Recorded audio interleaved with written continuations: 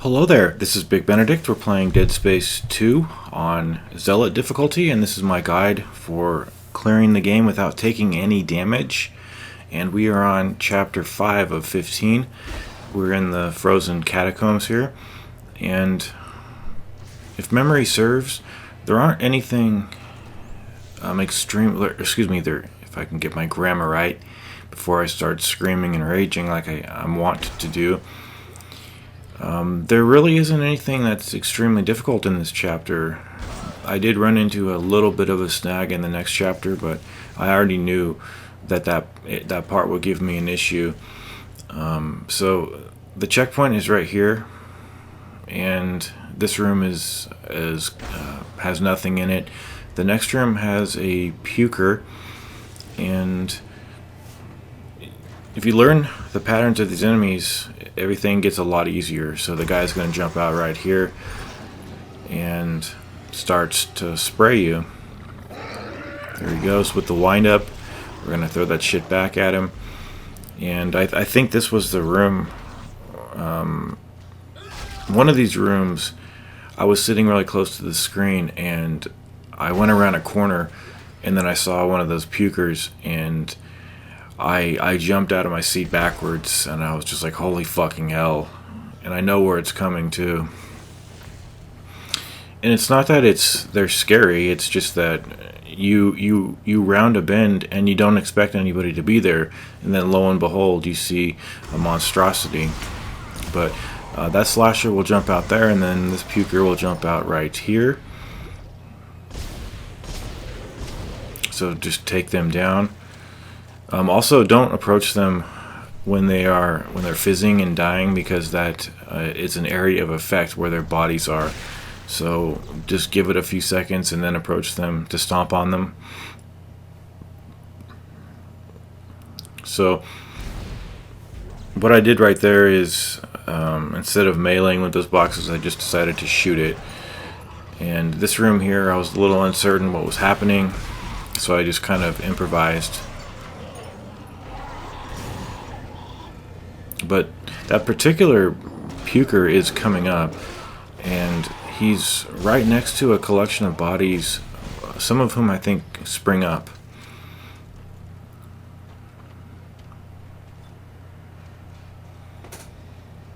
Jesus Christ, that shit right there. I almost had a heart attack. So,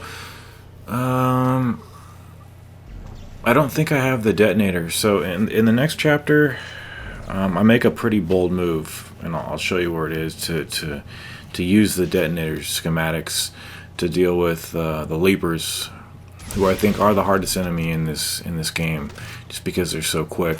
They're hard to stasis. And here's me, just kind of, I don't know what you would call it, just I'm trying to stomp the floor in a cathartic manner so that I could exercise all my fears right there. That is to say, exorcise them.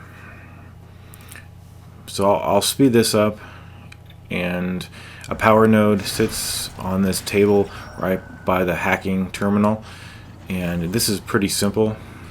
What you're supposed to do here is just stasis these revolving I don't know what it is, it's just machinery.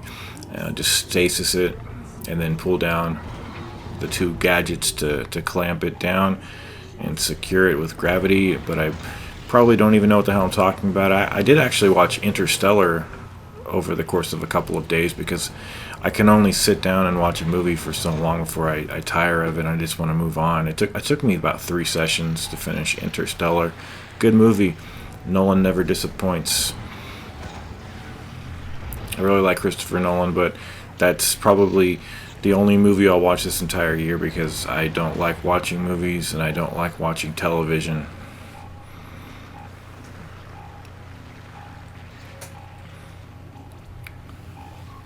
So it looks like we're almost done with this thing. Just stasis the pieces from outermost to innermost. Refill your stasis, and then launch yourself up here.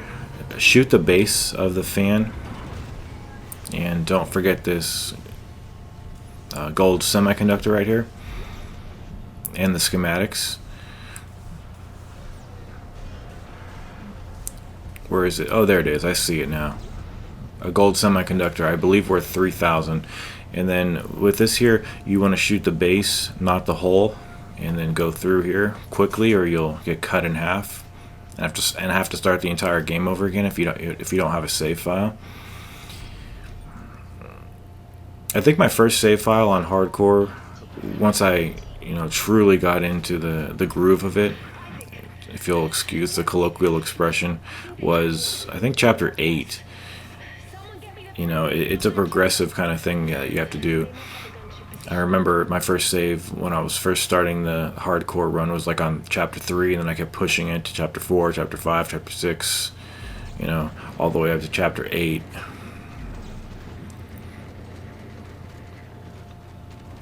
So I decided I'm not going to show what I'm doing in the workbenches, but that shouldn't stop you from understanding what I'm doing as far as upgrading. Upgrade the stasis module, upgrade the plasma cutter, and upgrade the rig to get the TK impalements. And that should take you quite a while. I mean, I'm doing this the most legitimate way. I'm not doing anything in any expedient manner. We're just, I don't even have enough to buy the next suit, so I'm kind of stuck.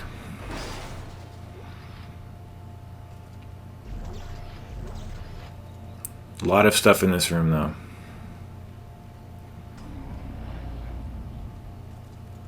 And then for the first time, and since Dead Space 1, we'll meet these enemies here, which are called the Lurkers. So you just shoot their tentacles, just like every other thing in this game. Anything that's a limb and or an appendage, and they go down pretty fast. I'm going to be upgrading this weapon all the way and getting this special perk, which sets things on fire. So shoot an energy mine at that guy, and at this point I couldn't even figure out like where his main body was to smash it, and I think it actually fell behind that rubble there, because he went into about 10 pieces, and I was thinking to myself, well, what do I smash? I want my loot, I want my drop. But fond memories coming up here from hardcore. I remember getting all the way to this point without having a save point, and dying on this thing that's coming up.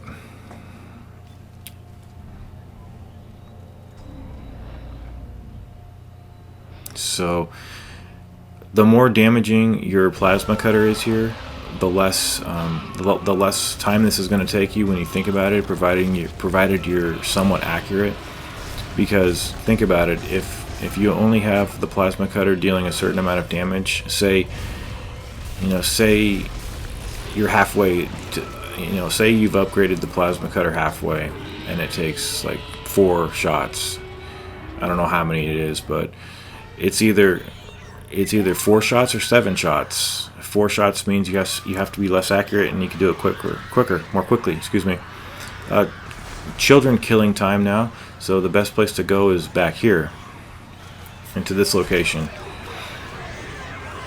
And I died a fair number of times. There is a vent in this place, but I'm not sure how, or not sure exactly what causes the children to. Okay, maybe it's just they come no matter what. One of my subscribers told me that these enemies are entitled the Pack, and I appreciate that. But come on, they're kids. What else do you want to call them? They're fucking kids. Jerry's kids, motherfucker. Jerry's goddamn fucking kids. We used to joke about that as children. Now, I'm not dissing anybody who has physical disabilities or whatever, mental disabilities. It's just a joke. It's all it is a joke. You don't have to get offended. People get so offended these days. It's not funny. Okay, so one more slasher here. These guys have a little bit more HP, I think, than the normal slashers. And you'll get a checkpoint right here. So when you come up here, the best way to do this is to wait until the exploder comes down the hall, and when the other guy jumps out to the right, stasis the exploder, shoot the bomb, and that will kill both of them. The bomb has a huge explosion radius, so you need to get out of the way, especially if you're playing on hardcore, man. And then beyond that, there's a puker and another slasher, and I think I took care of both of these guys. In fact, I think the acid that guy loses when he gets killed the slasher. Okay, so the next thing, and by the way, if you go on the other side, I think everything just repeats symmetrically, you know. But I'm right-handed, and it feels more comfortable to do it this way. So just remember to turn right here, because there's going to be a slasher jumping out, so take care of him. And then the next enemy is going to be right by the medical kit right over here, and he actually climbs from the bottom onto this level. However, if you go to where I just did and don't go on that actual balcony, that I'm not sure what it is, if you just go to the venue that I did, you'll spawn the exploder, and he'll make his way over here. And my motivation right now, in case you're wondering, is to do the same kind of trick I just did before. Get the exploder right in front of me, and then spawn the guy, let him climb up here. Let him climb up. There he is right there. Get up here, motherfucker. There he is. Stasis the exploder, back off, shoot, and kill. And I believe that's it for this room. But when you open the door, you'll have half of a stalker. I think that's cool. In Ninja Gaiden 2, remember when I was saying that some of the enemies should come devoid of a limb, just to spice things up, so that you could get an OT right away and start combos and different things like that? That would be brilliant. So in this room, there's some exposition, and I'm going to speed it up.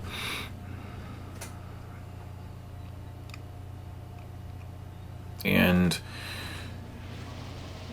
you only fall for a trap like this one time, and one time only, before you're wise to what's going on here. What is going on here? Just watch. You can probably imagine what's going to happen here. I'm aiming at the top of the elevator. What do you think is going to happen?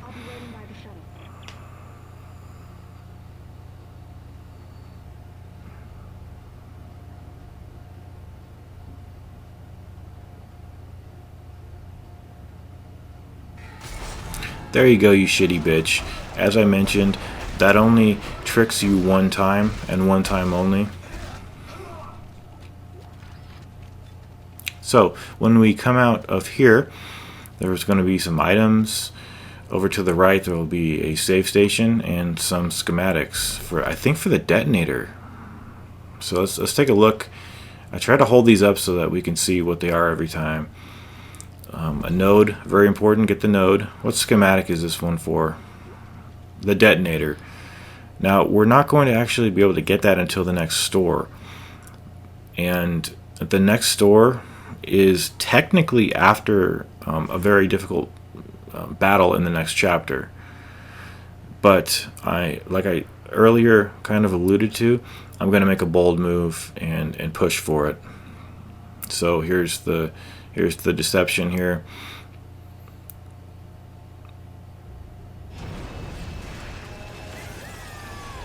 And somewhat of a boss fight. I like this game because there's no boss fights hardly. I don't like boss fights.